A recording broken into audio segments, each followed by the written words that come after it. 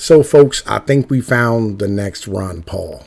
I'm not absolutely sure about that, but I think it might be a possibility. But unfortunately, today, this happened. The question is on adoption of the motion. Those in favor say aye. Aye. Those opposed say no. The ayes have it. Mr. Speaker. For what purposes, gentlemen, seek recognition? Mr. Speaker, I came here to make sure our republic doesn't die by unanimous consent in an empty chamber, and I request a recorded vote.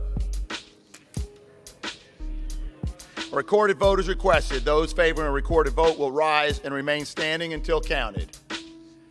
An insufficient number having risen, a recorded vote is refused. Mr. Speaker. Is the gentleman recognized?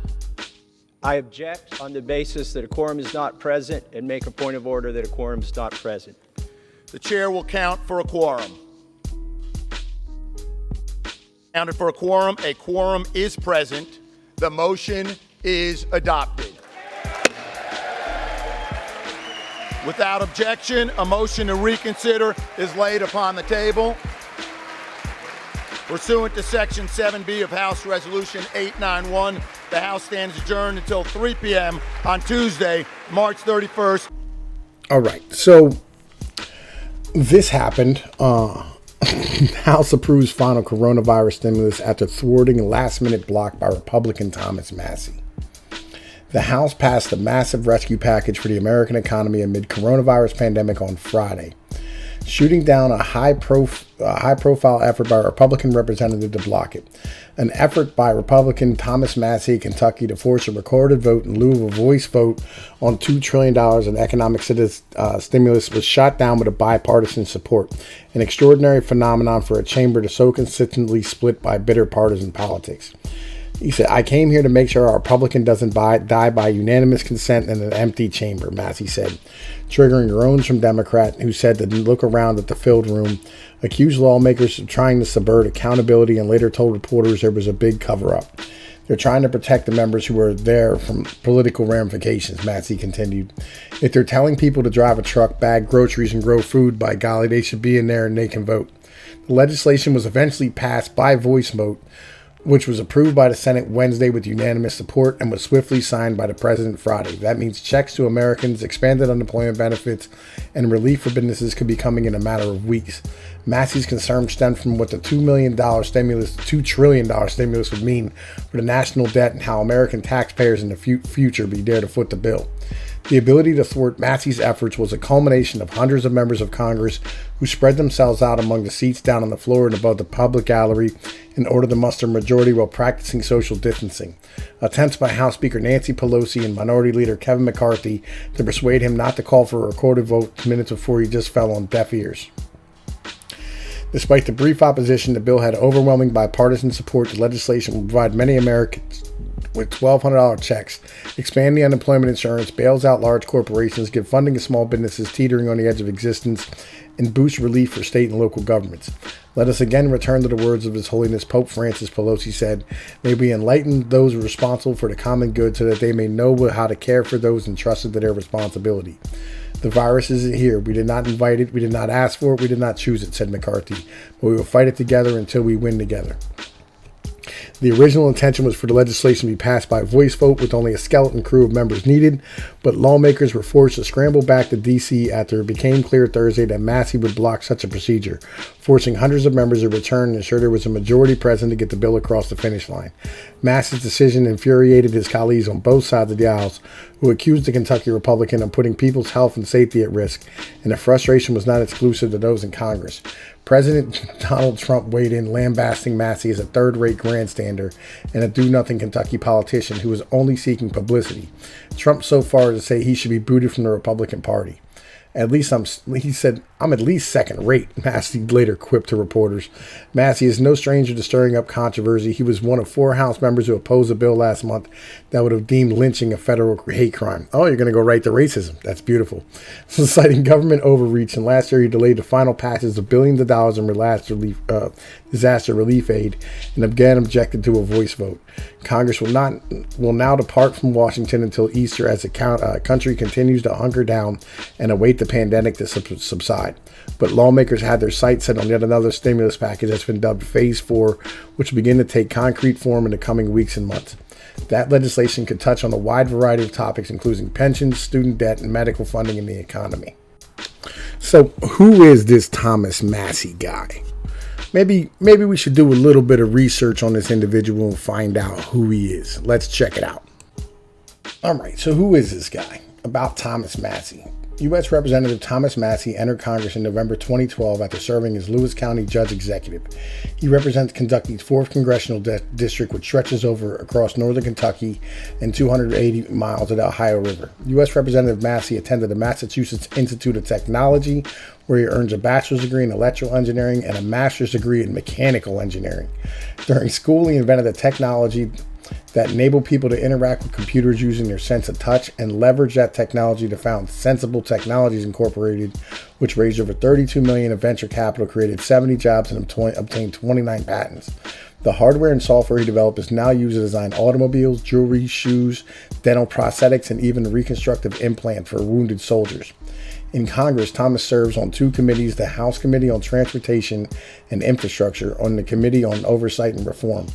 The House Committee on Transportation and Infrastructure has jurisdiction over roads, bridges, mass transit, railroad, aviation, maritime, and waterborne transit. Thomas's selection to the Oversight and Reform Committee puts him in a position to hold the federal government accountable to taxpayers. Thomas lives on a cattle farm in Kentucky with his wife and high school sweetheart Rhonda and their 4 children. He is honored to be able to serve the citizens of Kentucky's 4th District. For more information about me, my work in Congress, or to obtain a copy of my biography or official photo, please contact my Washington, D.C. office. Thank you. Okay, so let's get this straight. He is a senator from Kentucky. All right, part of the House of Representatives of Congress in Kentucky. I'm always get confused about senators, congressmen, representatives. I don't really understand exactly what the difference is between them, because they're all Congress. I'm pretty sure. I'm not fucking positive. Anyway, right? And the labels don't make any sense to me. But neither here nor there. This guy here earned a bachelor's in electrical engineering and a master's in mechanical engineering, started a business, stood here and created technology that's building implants and helping individuals who are losing their legs and building prosthetics. He's literally a productive member of society, right? He's not Ron Paul, and that Ron Paul was a gynecologist who delivered babies. You know what I'm saying? But there's other things that this guy has done. Right. And I think you should check out this exchange with John Kerry. Secretary Kerry, I want to read part of your statement back to you. Instead of convening a kangaroo court, the president might want to talk with the educated adults he once trusted to fill his top national security positions. It sounds like you're questioning the credentials of the president's advisors currently, but I don't think we should question your credentials today. Isn't it true you have a science degree from Yale? What's that? Bachelor of Arts degree. Is it a political science degree? Yes, political science. So how do you get a Bachelor of Arts in a science? Well, it's liberal arts education and degree. It's a bachelor. Okay, so it's not really science. So I think it's somewhat appropriate that somebody with a pseudoscience degree is here pushing pseudoscience in front of our committee today.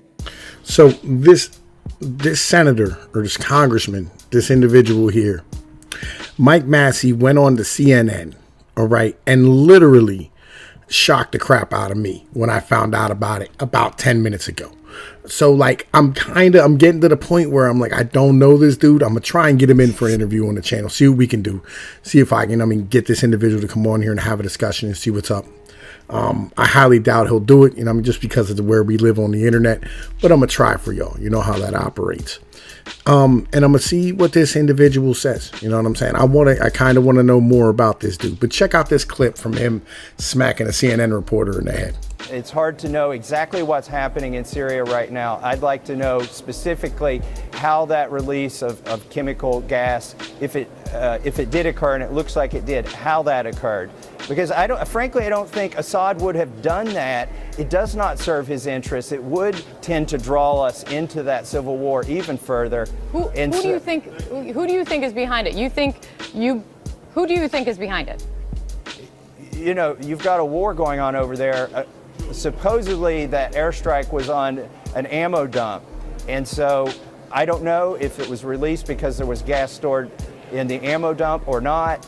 That's plausible. I'm not saying that's what I think happened, but You're more inclined to believe the position of what Bashar al-Assad is saying and what the Russians are saying right now than more inclined to believe what even your colleagues here in the United States believe is truth, that this is Assad, and what human rights observers over there say is Assad?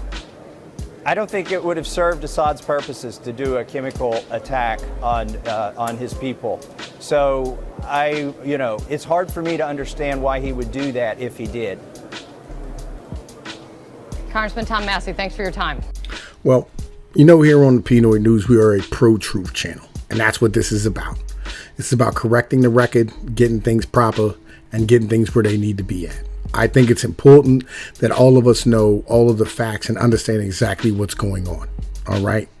Because I don't think, legitimately, me personally, I don't think that it's proper for us to stand here and have this mentality that this individual is bad because he held up some stimulus package, when he feels, I think, the same way that I do, that we should not indebt our children, you know what I mean, to stand here and pay for our nonsense today. You know, that's kind of where the mentality comes down to. Because if it came down to it, I'd die for mine, and I think he'd die for his. So, here, whether it be what it is, this is Tom Pease of Pnoid News. You know the situation. Like, share, and subscribe. Yo, I'll be around tomorrow. You know the deal. Peace.